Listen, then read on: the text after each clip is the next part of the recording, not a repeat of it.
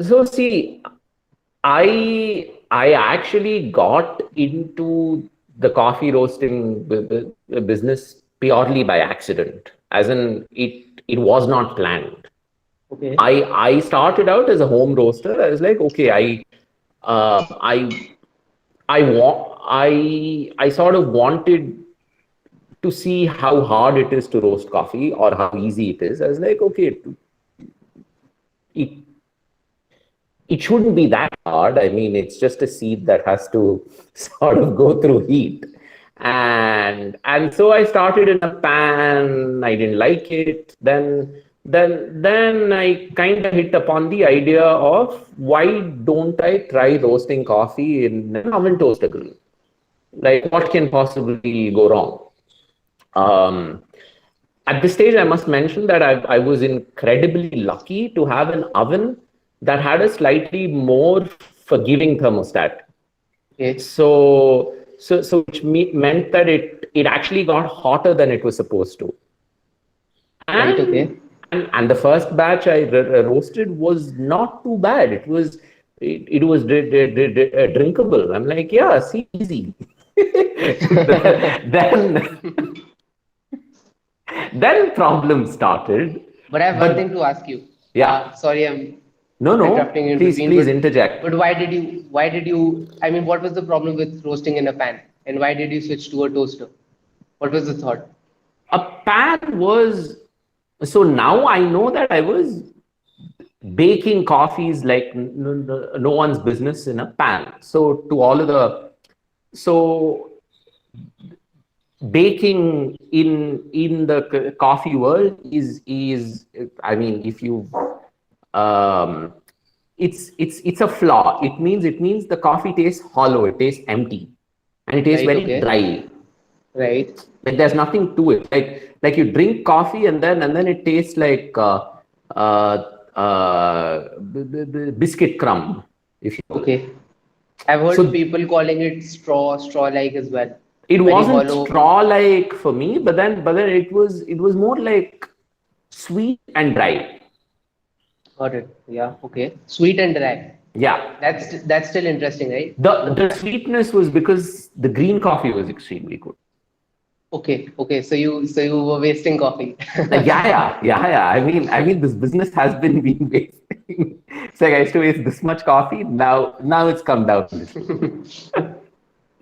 But so yeah, so I knew that maybe things were taking too long, and because the pan is always an open environment where there's a lot of heat loss. Like, okay, why not? An oven would be the next best thing. Right. And I looked up the price of an Ikawa. Then I'm like, okay, no, this is I'm not going to spend 5 lakhs, bro, or whatever it was back then. Yeah. And so I was Yeah. like, okay, so let's. I got a peanut roasting drum from an Amazon that fits into your oven's Okay. rotisserie stick, Right. Okay. and you have a coffee roaster. No, but then how did you manage to rotate the drum? No, so the rotisserie option in the oven takes Okay, takes care that. of the yeah. Acha, acha. It's Okay, a okay, thing okay, that okay. like rotates around. Mm-hmm, mm-hmm. Okay, Like so that took say care of that. But you yeah, couldn't control the RPM and drums, nothing. nothing. I in fact in my at least in the later oven I had a Chotu fan, which meant I had some airflow.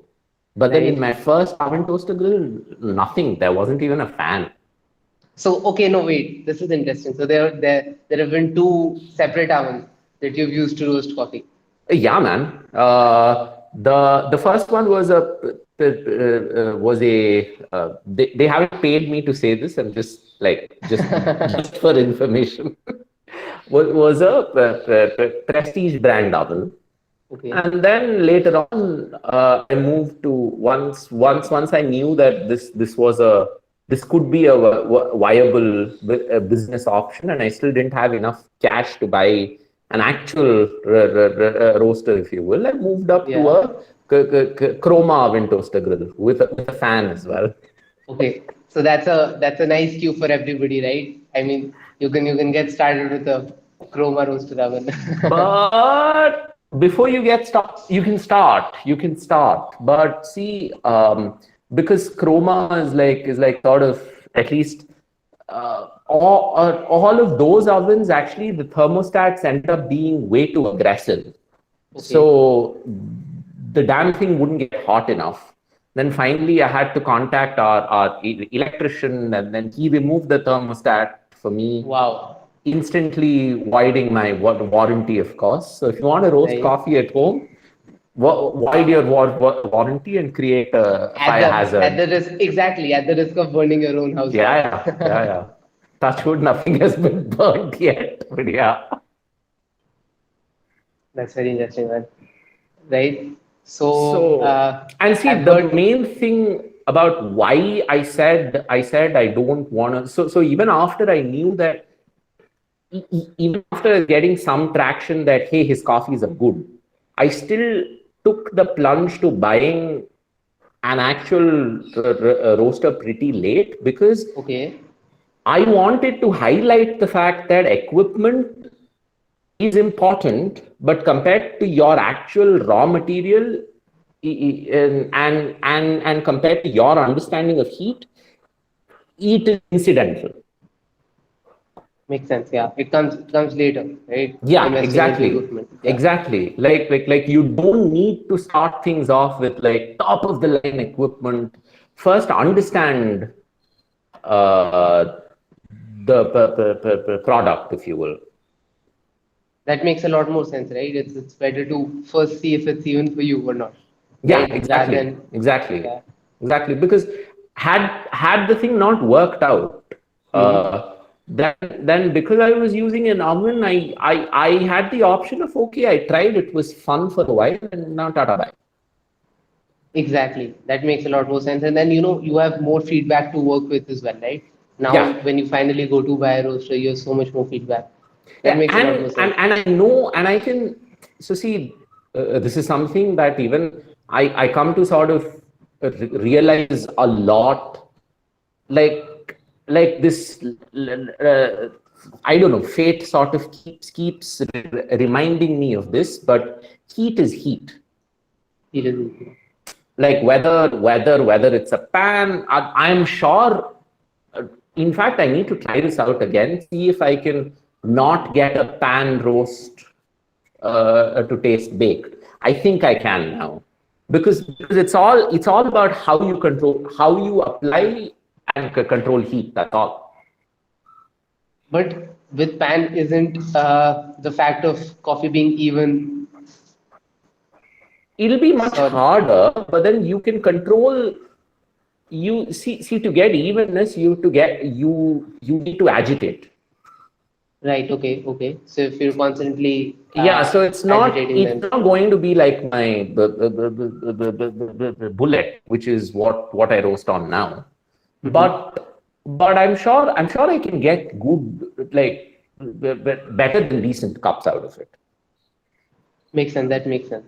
I'm gonna move to the second question that I have now. That Yes, is, please. how do you choose a coffee? Right, you go.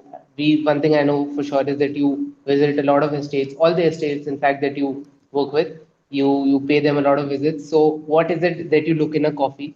What is it that you look in a partner estate? And what's the approach really like when choosing a coffee, choosing an estate to work with? Okay. First of all, first things first. The coffee has to be nice. Obviously, Like they'll yeah. send me samples, um, and it has to be something that I am looking for. All right, yeah. Um Now, once that barrier has been crossed, Mm-hmm. then I look at okay, how are they growing their coffee? I'll ask them about it. I'll Before COVID happened, I just make a trip. I'll be like, okay, hey, can I come over? And most planters are nice. They won't mind showing you around the place as well.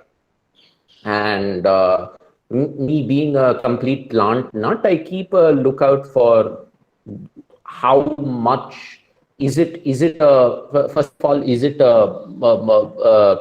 is the shade essentially a silver oak monoculture, or are there like native shade trees? Okay. Usually, there will be a high percentage of native shade trees, with some blocks having a really high sort of the silver oak count. Okay. That is, we get to that, at least my understanding of it, later. But yeah, as long as I see like, um, if I can count about 10 to 15 species of trees that I know are found in the area, it makes me happy. Okay. But what's the problem if it's only planted silver oak trees all across the estate? I mean, can you elaborate a little bit on that part as well? So, as far as I understand, Yeah. the silver oak is extremely bad for the area because it Okay. doesn't. It's a non-native tree, Mm-hmm. um, and it's a non-native, and it's an Australian tree on top of that. Most of these Australia flora, I don't know why they kind of behave like how the Australian cricket team used to behave back in the old days. Like they won't let anything else grow. They suck in a lot of water. You take eucalyptus, you take black wattle, you take the silver oak, everything's from there. I guess because Australia is a pretty hard land to make a living in, unless you're right at the coastline. Right. So I don't know, but and also the really bad thing about the silver oak is that the foliage also takes a really long time to decompose, and once it does decompose, it's not very rich in any essential micronutrient. You'll get some carbon and some things here and there, but the amount of time it takes to decompose it might as well be a piece of plastic. That makes I mean, sense. it's not That makes that bad, but yeah, Yeah. I I, Okay. I But you're exaggerate a comparing, little. right? Yeah, yeah. Yeah. Yeah. So to see, and additionally, Uh-huh. usually, if you see silver oak planted in a particular block in a really high concentration, usually either it'll be like one really windy part of the estate, Okay. which would have naturally been a grassland. Okay. Okay. Now we also need grasslands in our environment. Like it's not all about trees. Like in some places, it's just grasses that grow, and that's fine. That's also important. But now I've told you all of this. I've told you how the silver oak is evil and all of that. Exactly. Um, but it also, the thing is, silver oak is the only tree, is one of the few trees that you are legally allowed to cut. That's the catch, right? That's why plant is planted. Exactly. So in case their coffee crop fails, and with climate change, Uh-huh. things are looking worse every year. Certainly, Frankly, certainly. because Yeah. because it's raining when it's not supposed to. It's not raining when it's supposed to rain. So in case a farmer's coffee crop is extremely bad, Hmm. he or she can then cut some silvers, and at least have enough to sort of barely keep the show going, if you will. Makes sense. That makes sense. And we saw the season before this one, where it rained. There were untimed rains, and Yeah. most of the crop was a fail, Harvest rains have been a thing for the past couple of years now, because if you see, right? and if you read the data, there'll probably be a thing from now on, because the monsoons are are stretching further and further. So yes. This actually brings So to how a very so interesting. Yeah, Akshay, no, no, please carry on. what I lost you there. I'm saying this actually brings us to a interesting topic, right? Topic of sustainability and how one uh, just the coffee industry is to climate change, right? Because we've seen the effect, right? We've seen this chills in Brazil as well, and how we lost crop, and then the sea price of coffee going up as well. So these are very alarming things that are happening, right? So I definitely had to on the side of sustainability, the topic of sustainability, and talk about it, right? So what exactly, as a roaster, to you, what exactly sustainability in the coffee industry looks like? Sustainable practice on a daily basis, and yeah, just a mindset of sustainability going in and doing your business every day. Okay, so that see, first of all, the sustainability at the outset is frankly a very vague word. I It is feel for it sure. might need some more stringent definitions because you can come up with 100 answers right now. It's Absolutely, as vague as absolutely. the word the dharma is, if you will. So No, yeah, you put it and very properly. It is, yeah. and but what I try to do from my end is that I try and see, okay, are the growers that I'm working with, are they kind to the land? And without exception, pretty much all of them are. Uh, the one line that I draw in the sand is that I will think a lot of times before working with a farm. If say if say there's a lot of weed being sprayed down the hillside, Okay. because that's one thing that I know it's a big sort of the saving from a financial sense for a farm, because spraying glyphosate is a lot more cost effective than manually cutting all of the weeds down. But it's also extremely unkind to the land as well. So Okay. Okay. thankfully, all of the guys I worked with so far, it's not like I've happened to love their coffees, and they've also happened to not use VD. So I still haven't hit the crossroads yet wherein I'm like, hey, I really love this coffee, but then there's also this, what do I do? So Yeah, yeah.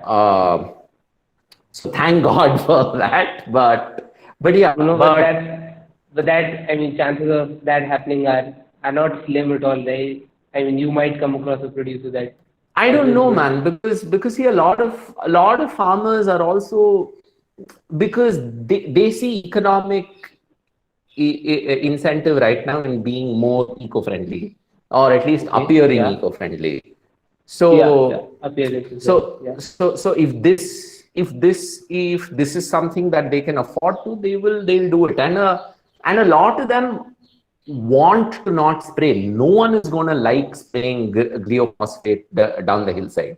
It's just that if you're staring with like rock bottom coffee prices, Mhm. and on one hand, and you have a mounting input cost on the other side, it's just not Yeah. going to make sense. So to just make Absolutely. Yeah. the balance a little easier for them, some of them use some of them spray. Got So it. Got it. that's on the farm side of things. I can keep going on and on, but for the purposes of this discussion, let Okay. me Yeah. move on a Yeah. little. Yeah. Okay. On my operation side of things, there are A few things that I do, for instance, is that I mean, thankfully, I roast in an induction based roaster, which is Mm-hmm. extremely energy efficient. Yeah, Like compared to yeah, a yeah, gas roaster. Yeah. the Bullet is probably one of the cleanest roasters out there. Right. because Right. because even compared to other electric roasters as well, Mm-hmm. the induction process is far more efficient. So you have a smaller footprint, consumes less energy as well, and I get very similar results to a gas powered roaster. And what I also want to do is sort of minimize plastics wherever I can in my packaging. There is some Right. plastic now which I can't avoid, but Yeah. as far as I can go, right? Like the boxes are cardboard, the tape is your like the typical painter's tape now. Uh-huh. I just saw that. I noticed this morning when I got my Yes, package. Yeah. yes. So that's a And I was change. actually pretty happy, yeah, because I remember this. I mean, this is a recent change, right? It wasn't there earlier, so I was No, it very happy wasn't. to see. No, I was no, I was very happy to see that. no, no. I'm glad. I'm glad. No, it's just that, see, because this has been handled by mainly, this is me that's handling the show here. Like until Mm-hmm. it's only now that I've had time to think, yacha, what can I buy to like ease out my I haven't had the time to think about this yet. Now that I did, I was like, okay, this is I I don't believe I didn't think of this earlier, but anyway, let me make that change. No, Um, it's good that you made the change. Thanks, man. I want to move to say a recyclable packaging, Right, okay. But but I I feel I mean, there are a lot more challenges on getting the entire, let's say, the bag in your situation, right? Getting mm, that to be of a sustainable material. I think it's a lot more difficult. it is, because see, if I really go full on eco-friendly, which Mm-hmm. is using like really thin plastic bags made out of cornstarch, Yeah. uh, the coffee will not last the journey. It'll start going stale Right. really fast. Right. And Okay. there are pretty thick bags that come that are made out of PLA. That's PLA. the type of plastic which is made out of cornstarch. So even when I Right. Okay. use plastic, I want to make sure that it comes from non-petrochemical sources, if you will. Right. Right. That makes a lot Uh, more sense. Certainly. Yeah. yeah, so hopefully soon, maybe by next year, I should have moved to To a the PLA based PLA. Yeah, packaging. yeah. Let's see. That's very interesting. But I mean, when sourcing our packaging, right? We couldn't find any PLA-based packaging either, Hmm. and especially on the coffee front, right? Uh, I mean, you're a lot more sensitive to packaging. You cannot just pack your goods in anything, right? But we can. We've switched to a semi biodegradable material.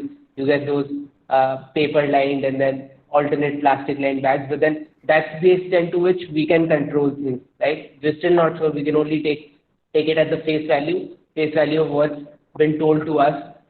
So there's actually a genuine lack of alternatives in the market, right? Yeah, yeah. And that's a bigger problem to solve rather than nitpicking here where there's no solution. It is. It is. Yeah. Because see, again, I'd rather. I know right now my packaging is aluminum foil, Yeah, but I'd rather buy this than a petrochemically based so-called the biodegradable Exactly. The plastic, because I've looked at some studies, and they're quite frankly a little scary, They are. because they found that the claims. I'll see if I can link the studies, but Okay. yeah, they found that um, that the said plastic was not decomposing in the, even when the specific conditions in which it is meant to decompose were met. Hmm.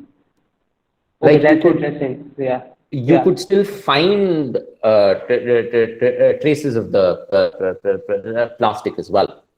Okay. Okay. So I don't know. So it's like it's very easy for me to buy one of those things, and just be like, hey, we are completely eco-friendly with this, with that. But I don't know, man. I mean, my it will not sit well with my conscience.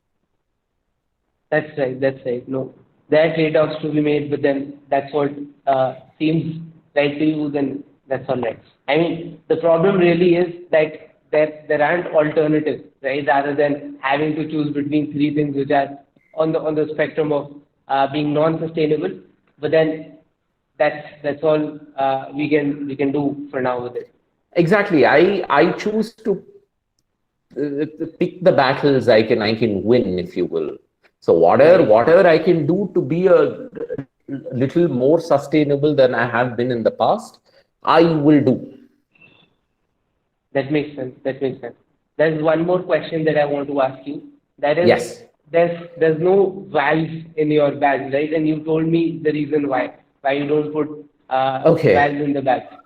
So what This can you share the reason with everybody? will be Uh, slightly controversial, right. but oh well. Since this is not an Instagram live, and this is a meet. Um, Look, first of all, that resealable seal is not 100% sealed. It's an extremely leaky seal. If Yeah. you if you like squeeze it, if you squeeze the pack, even when it's fully sealed, you Uh-huh. will find some air escaping. Right. Okay. Yeah. Yeah. Certainly. Yeah. If you apply enough pressure Yeah. on the bag. Hmm. Now, if you add a valve to this, you're making an already leaky system even leakier. And on top of that, this is another plastic part, wherein I'm already feeling bad that my packaging is literally causing the world to heat up right now. On top of that, if I add one little valve, that's something that I can entirely avoid. And chances are nobody's actually taking that valve out and putting it in a different recycling system, right? Of Because course not. Of essentially these are course two not. separate plastics. Exactly, Yeah, yeah, exactly, and yeah. they end up in the same landfill. It's a whole issue which can be avoided if I just choose to forgo the valve entirely. Now, Yeah. one question you'll have is that, boss, how do you, when you seal your pack, how Yeah. do you avoid the bloating up? I find that now this is extremely jugadu, but bear with me.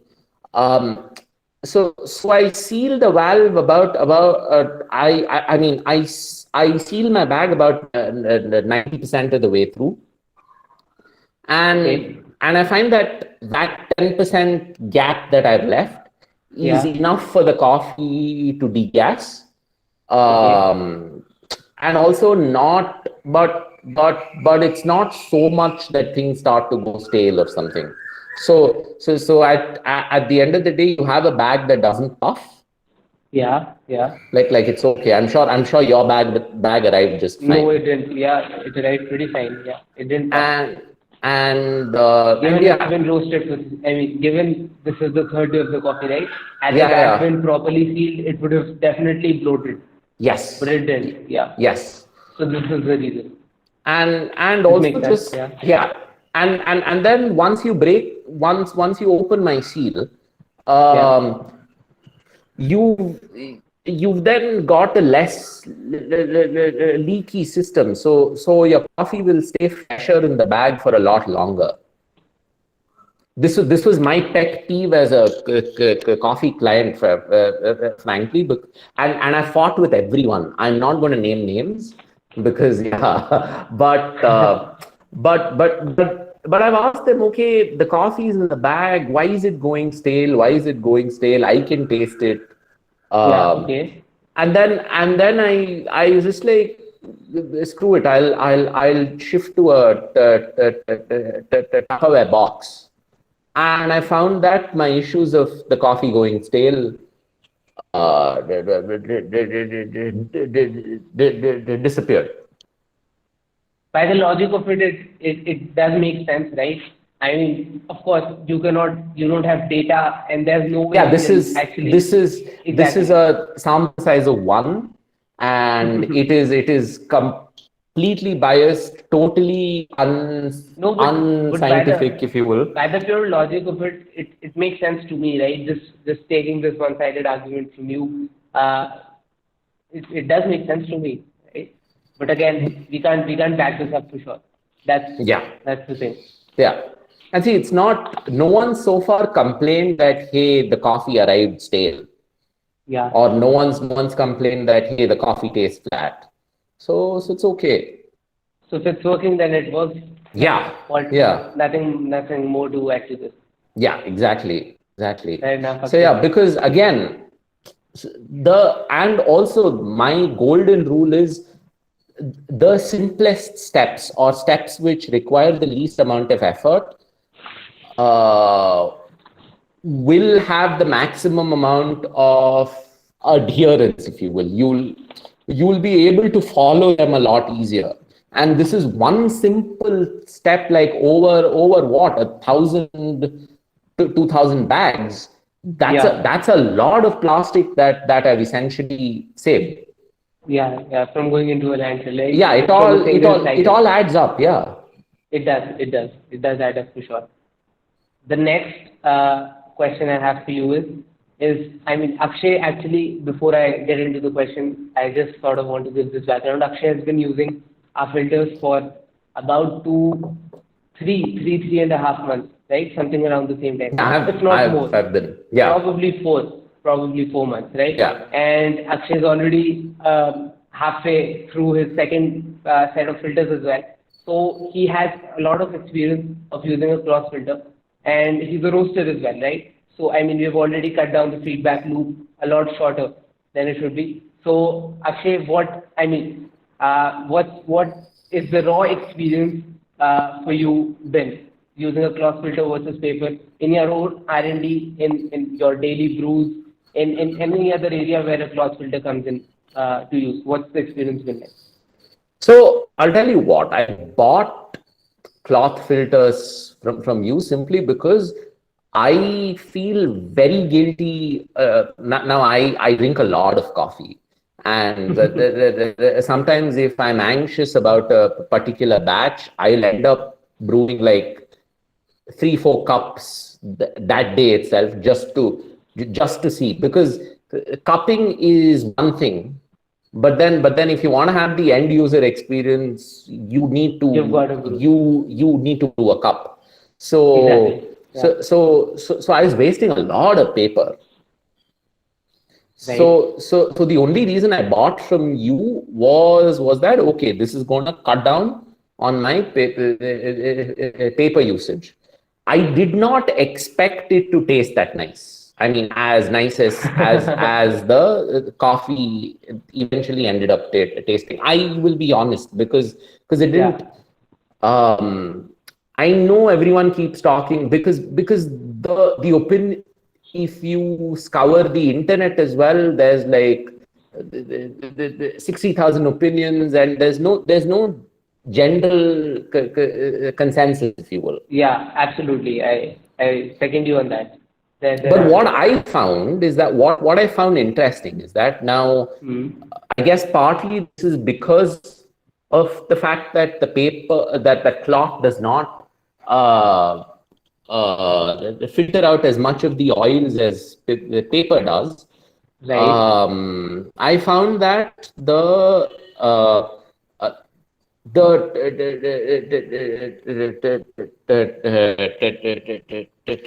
the texture was always a little bit thicker than what it would be when it came to a coffee made out of Paper I mean, filters. yeah, Mm-hmm. Got like it. there was just that little bit of extra mouthfeel, if you will. Yeah. And I quite enjoy that. Not so much that it got in the way, Yeah. but it was just there, like something like a Hamir Kalyani, which is not which is not a full-on heavy-bodied. Coffees will definitely benefit a lot from a cloth I filter, think it does, right? I mean, because purely from a taste perspective. it is, I And think I'd call it, I mean, purely made on a paper filter. I think I'd call it a bit dry as well. hmm, And that dryness, especially in the after sip, after taste of the coffee, that hmm. seems to go away with the cross filter a lot, right? Almost to that you think that naturally, this is a very smooth coffee. Yeah, something along those lines. Yeah, And also the absolutely. fact that your cloth filters are also a little thinner, Mm-hmm. which meant that I had to grind finer, and I Yeah. liked it. I got more out of my coffees. That is when I was like, so this is why Hoffman made that whole video where he was oohing and eyeing about cloth filters. I think I Yeah, get it now. So yeah. So that's so there's correct. Yeah. that. Cleanup I thought would be a big deal, and it is Mm-hmm. sort of a big deal, but it's not as intrusive as I thought it would be. Okay. Like it Okay. So definitely. what were the expectations going in, and what did it turn out to I be? mean, everyone talks about how, yeah, cloth is just so difficult to maintain. It's horrible. They make it sound like you'll waste like 50 years of your life in cleaning the cloth filter as well. It wasn't that bad. It's Right. it's it's like my this just added an epilogue of like say a minute at most to my brewing story, if you will. But in the mornings, that can potentially be irritating. But then considering how much like how uh, uh, considering that I am not wasting any paper, if you will, I don't mind making that That tiny extra. sacrifice. Yeah, yeah. Yeah, yeah. Makes sense. That makes sense. And I think this has been a case with most of our users, right? They walk in with this false expectation of this huge cleanup, huge ritual, huge process around the cleanup, but then it doesn't turn out to be that huge, right? And how seamlessly it blends into your daily uses, that's almost surprising Yeah, yeah, for a I lot of will people. And agree. this order after order, user after user, this is the same thing that we've heard. It's not as difficult as you think it would be. It's a lot more simpler than what the perception around there is. And I think there's a lot more noise. You spoke about one uniform opinion around a certain product being there. With class filters, I think there's a lot more noise than a uniform or more collective opinion. Yeah, And I'd say it's simply because nobody had actually put in the work and then thought about the filter from a home brewer perspective, and I think that made a lot of difference as well. fair enough. Yeah. Certainly. So how are you cleaning the filters now? What does the process to you look like? I I know you're using am, a couple of cleaners, uh, some different stuff. So yeah, what is it? I'm actually doing something a little bit different from what you are doing, but I think Yeah. it's working for me. So what I do is, um, after every six brews, we use that Amway dishwasher in our house. So Mm-hmm. it's just right there. And again, Amway did not sponsor this. It just happens to be extremely convenient. So and since I'm right at the outset, I like to be very efficient with my effort, which is to Yeah, say yeah, that if I don't have to put effort, I'll not put effort at all. But yeah, so I just tried that out. Like I rinsed I liberally sprayed on the thing on both sides of the filter, uh-huh. and I let it be for about 2 to 3 minutes. Right, okay. uh, then I rinse it out till I don't smell that slight perfume anymore, because this is mildly scented. Uh, It is, yeah, yeah, but I don't find, again if I rinse it nicely, I find that it goes away, that smell. Or even if I don't rinse it that well, as long as yeah. it's sitting in the water for like half a day, and then once I take it out and I do my usual two rinses, one with cold and one with hot water, I find that there's no it doesn't taste of either detergent or scent or Yeah, yeah, whatever, and it's clean. There's no clogging. There's no weird aftertaste. So yeah, and you're so it not works applying out. any heat to this, right? You're not, I mean, No, there's no heat nothing, involved nothing. with Because this to cleaner. me, yeah, I didn't like the application of heat. I don't know why. I felt that it kind of did something which That's a very I interesting school didn't of thought. like. I still use heat, and I would still prefer applying heat while cleaning the Fair filter. enough, man. Fair enough. No, but And that's still a very interesting school of thought. and my method also, like I have to clean the filter once every six brews. Yeah, So on an average, I drink like 2 cups of coffee a day. So which means every three every days once, yeah, I'll have to clean this out. But it's okay. I don't mind it. So far with this method, I'm like 25 brews down. So let's see. very interesting, Akshay. So I just sort of want to wrap things around one last Mm-hmm. question, and that is, what does the future look like for Kapi Kottai? What's next? What do we expect from you in terms of coffee or anything big or just anything, right? I, What is it? What's next? I mean,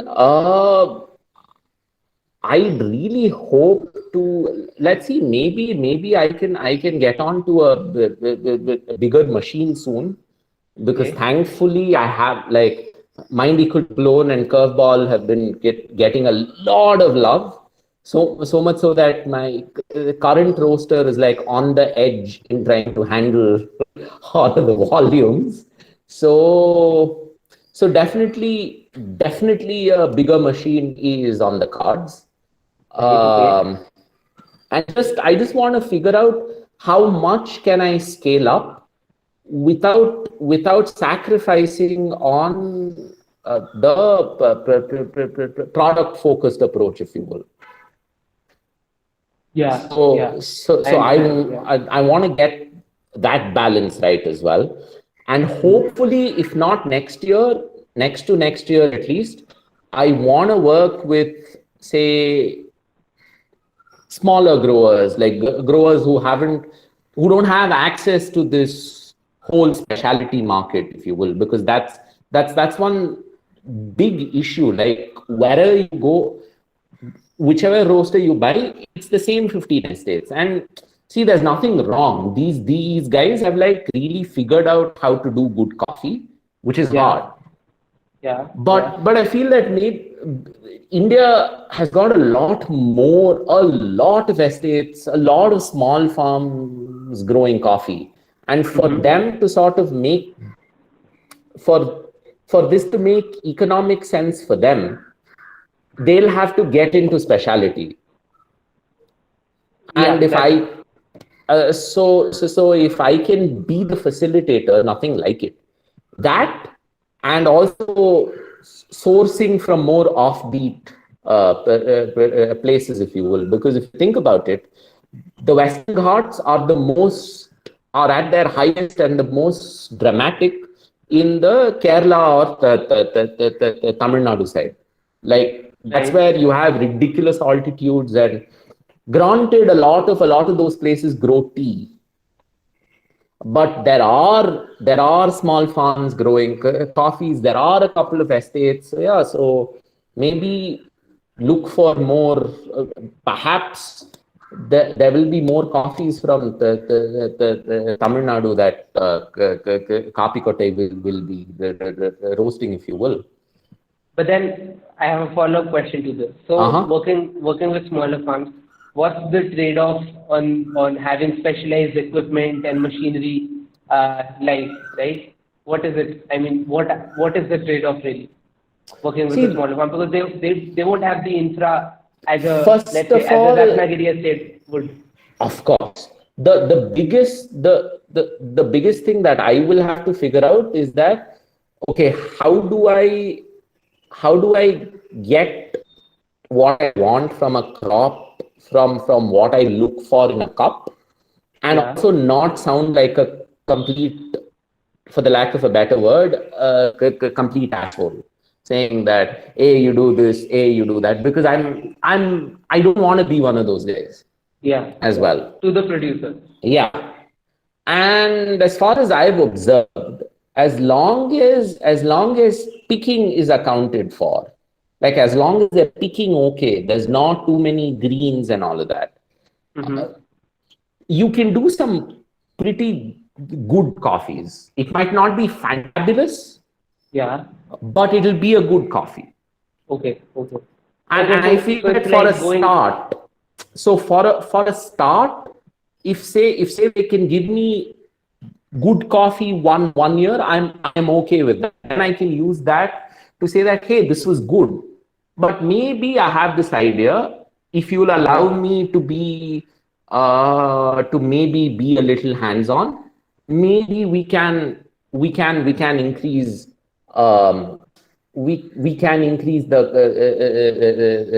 cup quality as well. So So that it's going from 0 to 90 and then 90 to wherever you can. it'll be essentially 0 to 80, Zero because to 80. Okay. getting a cup score of 80 is not that hard, Right. Okay. as long, Okay. at least from what I understand, Mm-hmm. as long as you have followed most of the basics right, you will be in a good place. That makes a lot of sense. That makes a Yeah, lot of sense. getting from that 80 82 to about 86 87 is where like most of the work comes in. Makes sense. That's that that makes a lot of sense. But then, see, I So want this to be a long term process, if you will. I don't want to co opt a farm 1 year and like not buy from them at all. I want to establish a working relationship with these guys. that's what's gonna push the quality at the end, Yeah, right? Rather than a exactly. one-time transaction. Exactly. Because you have to bring them on board to the idea. Exactly. Yeah, exactly. Yeah, because it's not gonna happen in the first transaction. It's only gonna happen in the subsequent ones. It's So yeah, definitely there not has going to to be a happen the relationship. first year. It's definitely not going to happen the first year. Like the first year, as long as I have a good coffee, I'm more than happy. Uh, I can sell it. Yeah, exactly. That makes sense. Okay. So lastly, we'll just have a quick Q&A session. If there are Mhm. any questions for Akshay or me, please unmute yourself and ask them. Can be anything related to how, I mean, to the technical process behind Akshay's roasting or about cross filters or anything that we do, any question is welcome. So if you haven't, please unmute yourself and go ahead.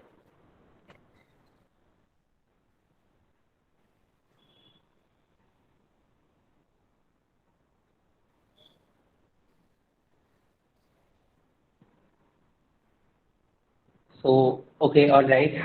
No I questions. have I have a question here. Adi. So if no one's asking, I'll go next. So I think we have Akshay and Rajendra who are roasters. So this question is to both of you. So there is a particular type of coffee that you guys like, and not sure that the masses would like. I mean the consumers, because at the end, even that's a business for you, right? Like for money wise, and but you like it. So how do you take feedback for that, and maybe ask people whether they are liking or not, whether they are liking this or no, and how do you maybe spread the word in the masses? Okay, Interesting. I will go first. So far, I actually haven't had to face that issue. Like whatever I've liked, Mhm. people seem to like even more. I mean, Oh. I'm not being. Uh, yeah, it's just how it's worked out so far. Like Mhm. even for instance, with curveball, I actually wasn't sure. I was like, I Mhm. kinda like it, but I don't know if it'll sell. And then I dropped it in the market and at last year, and then it was gone in a month. So I don't know if Rajendra has more experience about this, please. I guess he's on mute. I'm not sure. Uh, Rajendra, you're actually muted, so we can't hear you. Okay, yeah. Yeah. Hi. Interesting question, actually. To be honest, I was in a big dilemma, especially last 2 months, because the same coffee, the same roast, I was getting different feedback. Some people are repeatedly buying the same coffee, and some people are saying, "Arey, yaar, we did not like this." And yeah, that is a tough situation, actually. And in fact, a couple of people who are audience now, I even spoke to them like, "Arey, yaar, मैं क्या करूं?" Yeah, but again, after a lot of thinking and practically assessing the things, I came to a conclusion. Okay, we cannot satisfy everyone with the same thing. I realized that, and see, and first and foremost, coffee is subjective. See, when I'm selling, because right from day one, I never claimed I have the best coffee. Like say, for example, sweet coffee. See, among our coffees, personally, I don't like couple of out. Not don't like, मतलब not that they're bad. मेरा preference नहीं है उसमें. But Exactly. Yeah. yeah, like Adi asked to serve the masses. See, some people want that strong thing, that espresso kind of feel. Mhm. So keeping them in mind, I designed this Vanvasi blend, which is a blend of pea berry, robusta, and arabicas. So yeah, one thing is it coffee is subjective. We have to accept that. And the main problem I'm facing from the past 2 months is the roast levels, because my medium is someone's medium dark, and someone's light roast is my medium roast. So that's why I have decided to make some changes regarding the terminology. क्या हो रहा है ना, because of that, people even before they are tasting the coffee and themselves, they like the coffee, they're coming to a conclusion, "Arey, yaar, dark or this is light, or this is medium and all." So I'm trying to cut short all the pre things in terms of terminology which we have been using in the packages.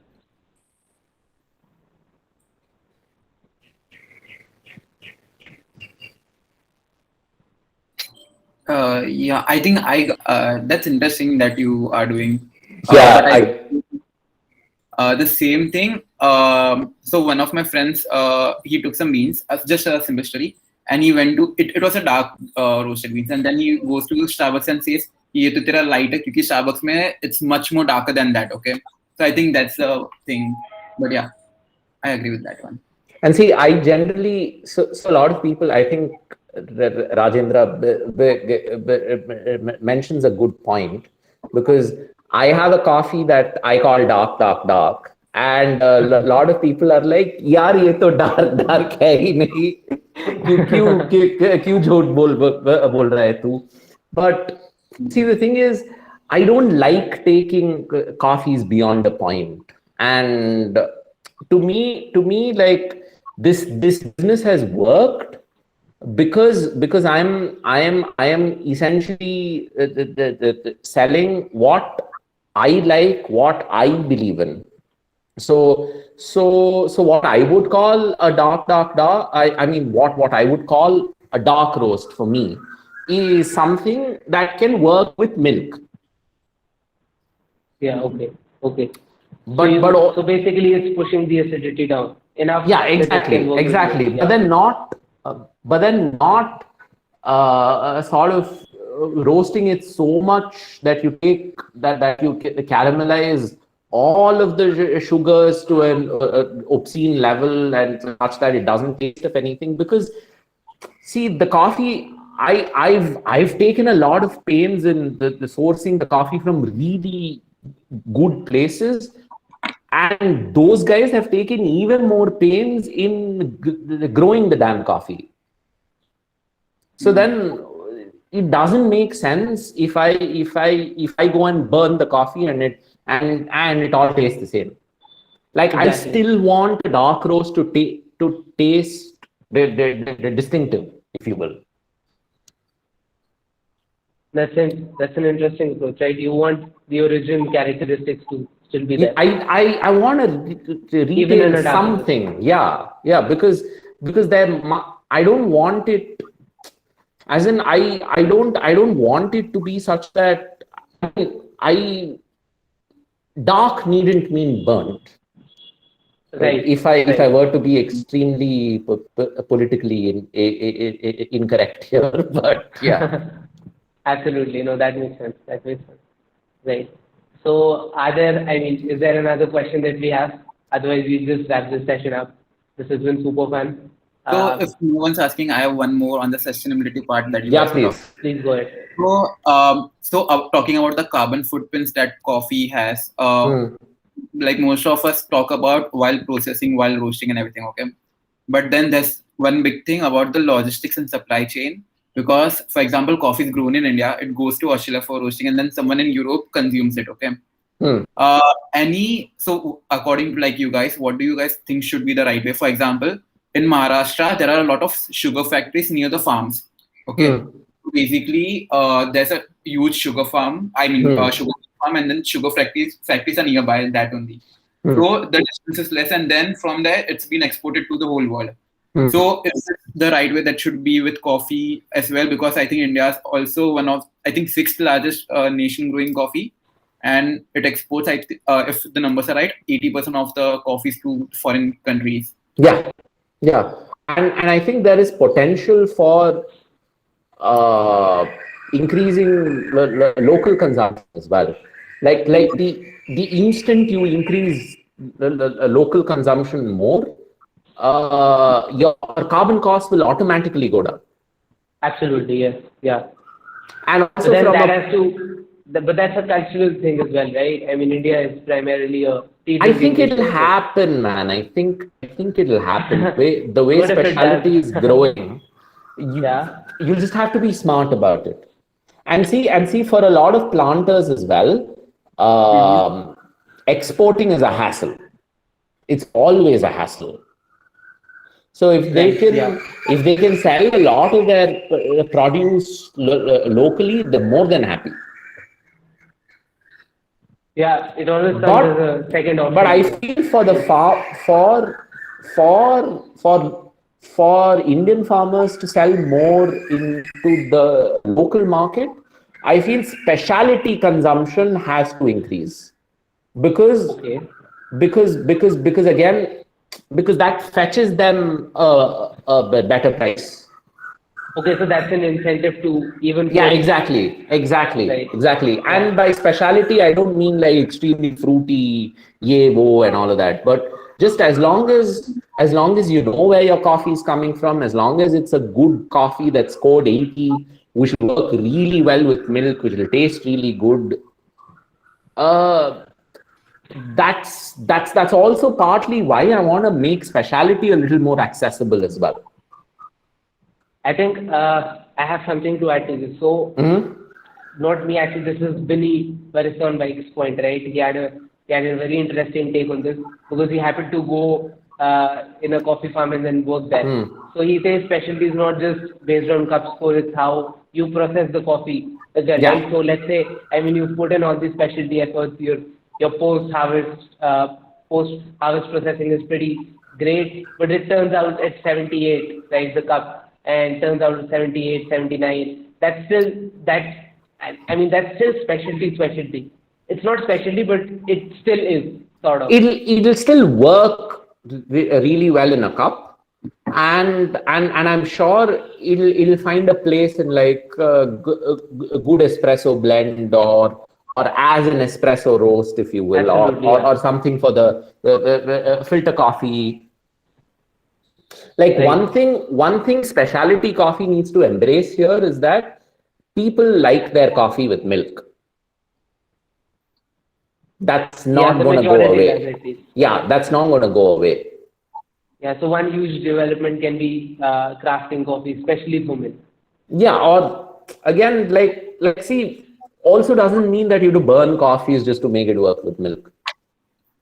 Yeah, Just so that's find that basically point. Yeah, yeah, that's basically the exactly. same approach, right? Yeah, the Exactly. approach that worked with dark. Exactly. Yeah, that's interesting. That's very interesting. And I think we have a lot more promise as well if the consumption of even just specialty goes up, right? Because Yeah. that's gonna make way for more special processing, better laws, more effort from everybody in general. So yeah, Yeah. that's very promising actually. Yeah. Right. All right. So this has been really fun. Thank you, Akshay. It was a No, no. pleasure to have you. Thank you for having me as well.